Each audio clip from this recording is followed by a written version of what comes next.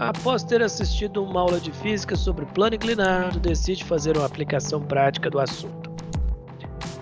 Analisar o que ocorre com ele e sua tábua de morro usada no esqui bunda ao descer uma duna inclinada de 30 graus com relação horizontal e cuja extensão é de 40 metros. Inicialmente, Paulinho passa numa farmácia e verifica que a massa total do conjunto, isto é, sua massa mais da massa da tábua, é de 60 kg. Sendo a tábua de fórmica bastante lisa e lubrificada com parafina, ele decide, numa primeira aproximação, desprezar o atrito entre a tábua e a areia da duna, bem como a resistência do ar. Admitindo que, em nenhum momento da descida, Paulinho coloca os pés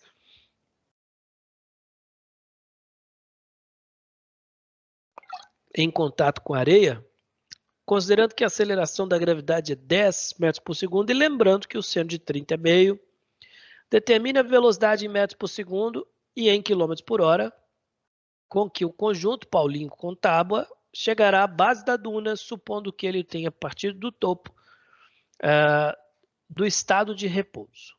Nossa, que questão grande, hein? Nossa. Bom, como vimos na nossa aula de plano inclinado, aqui está o conjunto, né? Paulinho mais a tábua dele. Tá aí. Quais são as forças que atuam? Peso.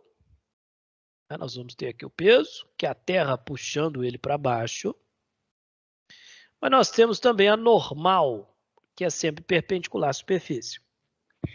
Eu te contei que é conveniente nós decompormos a força-peso em componentes ortogonais. Esse daqui é o Px, esse daqui é o Py. Quem faz o conjunto descer, a duna, é o Px. É essa força que é responsável pelo movimento de Paulinho, certo? Então, nós vamos ter que encontrar Px. Como encontramos Px?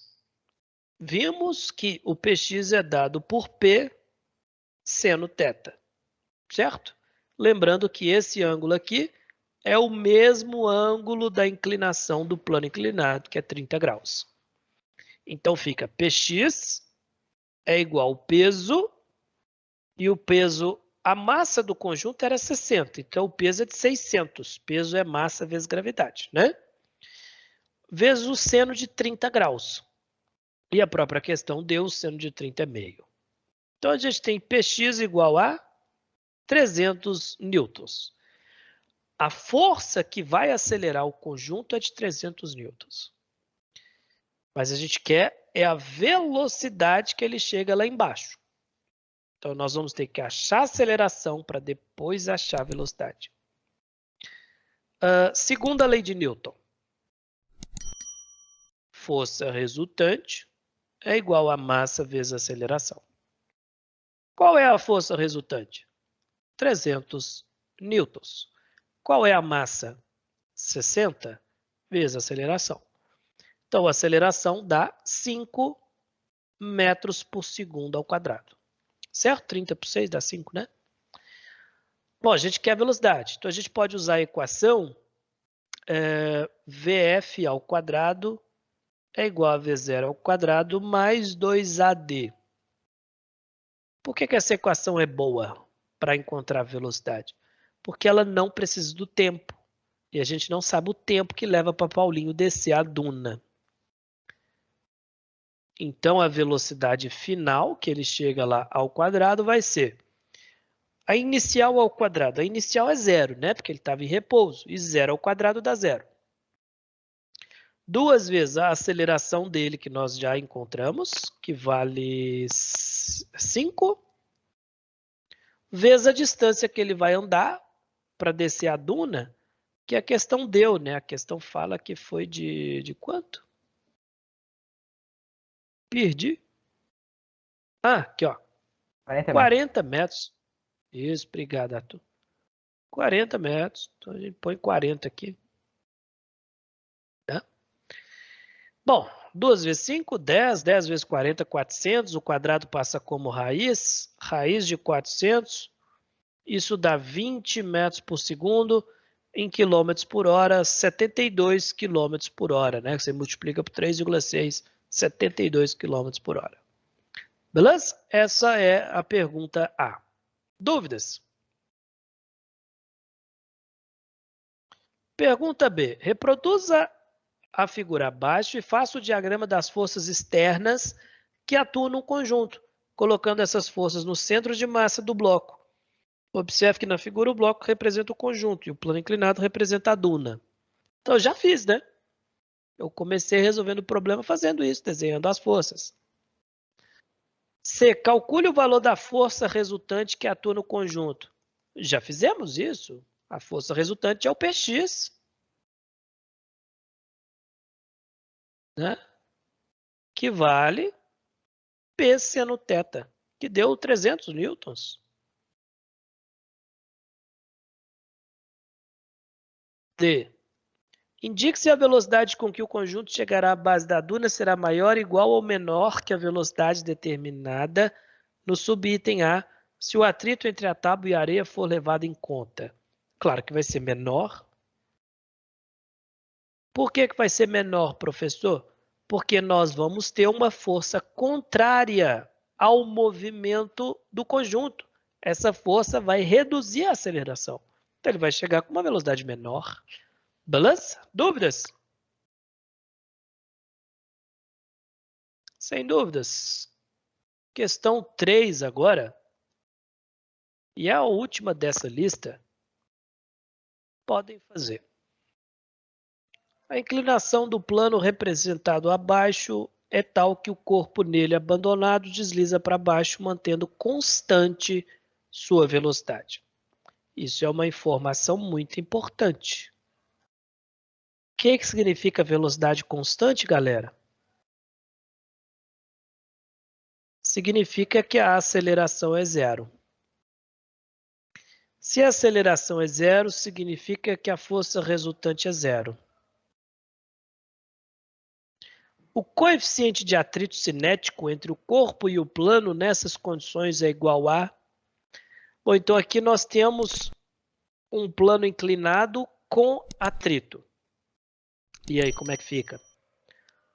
Bom, nós temos a força peso, temos a força normal, perpendicular à superfície, e temos também a nossa força de atrito, que é sempre contrária à tendência de deslizamento. Como esse bloco vai deslizar para baixo, a força de atrito é para cima. E só tem essas forças, só essas três. Porém, nós sabemos que é conveniente, no lugar da força-peso, nós trabalharmos com componentes ortogonais ao plano inclinado. Então, a gente esquece a força-peso e trabalha com Px e com Py. De cara, nós sabemos que Py vai ser igual a normal. Beleza? Porque se não for igual, ou o bloco vai sair voando, ou ele vai enfiar dentro do plano. E a gente não quer que essas coisas aconteçam. Então, Py é igual a normal. E outra coisa, só tem um jeito da velocidade ser constante. Se o nosso Px for igual à força de atrito. Porque se o Px ganhar da força de atrito, isso aqui vai descer de forma acelerada. Então, Px igual à força de atrito. Tá? Bom, então vamos lá. Se Px igual à força de atrito, e nós sabemos, nós vimos que Px é dado por P seno de θ, que é o mesmo ângulo da inclinação do plano inclinado, isso tem que ser igual à força de atrito. E a força de atrito nós sabemos que é o coeficiente cinético vezes a normal. Mas, como vimos, Py tem que ser igual a normal. Então, eu posso, no lugar de normal, colocar Py. E aí, P seno θ será igual ao coeficiente cinético vezes a normal. E a normal é o nosso PY, que vimos PY é igual a P cosseno θ. Então, eu posso substituir. Fica P seno θ é igual ao coeficiente cinético vezes o PY. E PY é P cosseno θ.